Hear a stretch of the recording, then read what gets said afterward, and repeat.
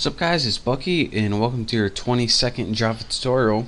And in this tutorial I'm going to be talking to you guys about for loop.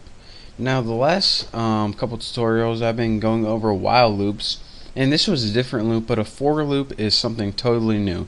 So let me show you guys what the syntax for this is. Go ahead and type for, and as you can see it pops up in purple, and that's why you know it's a built-in variable, or excuse me, a built-in keyword. And the for loop takes three arguments or three statements inside it. The first one is where you want the loop to start. The second one's where you want the loop to end. And the third one is how much you want to increment it by. So if you want step one at a time or three at a time. So let me show you guys. You need to use the variable three times. So the first statement, you want to initialize a counter variable, and let's go ahead and set it equal to 1. And this is because we want our loop to start at the number 1. The next one is the same thing you did in the while loop. It's the loop condition. So let's go ahead and put counter less than or equal to 10. So now our loop starts at 1 and it's gonna go until it's less than or equal to 10. So it's gonna go until 10. So next thing, we want to say how much do we want our counter to increment by. Well, we just want to go 1, 2, 3, 4, 5, 6, 7, 8, 9, 10, so we want to increment it one at a time. So it's going to start at 1. As long as it's less than or equal to 10, it's going to keep going, and we want you to go one at a time.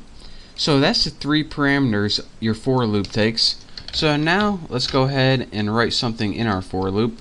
Let's just write system out print line, and we'll just print the counter. Now let's go ahead and run this, see if we got any errors, and we don't. And as you can see down in our run box, 1, 2, 3, 4, 5, 6, 7, 8, 9, 10. And again, this happened because it started at 1, our counter variable. The next thing it did is ran until it was greater or equal, less than or equal to 10. Once it got to 11, it says, alright, am I less than or equal to 10? No. So I'm not going to do this loop anymore. And then I incremented it one at a time. You can also increment it like something like 3 at a time by pressing plus equals 3. Remember we learned that in one of the previous tutorials. Now once you change the incrementer, instead of stepping by 1, it steps by 3 at a time. 1, 4, 7, 10. The next one's 13, which is outside our condition, so it proves false. But again, we can change the starting point. Say we wanted to start it at 6 and go until let's say 21. So now it starts at 6 and goes to 21 and steps by 3s. So let's go ahead and run this, and as you can see, 6, 9, 12, 15, 18, 21, and then it stops. So that is how you use the basics of the for loop. Again, it takes three statements or parameters.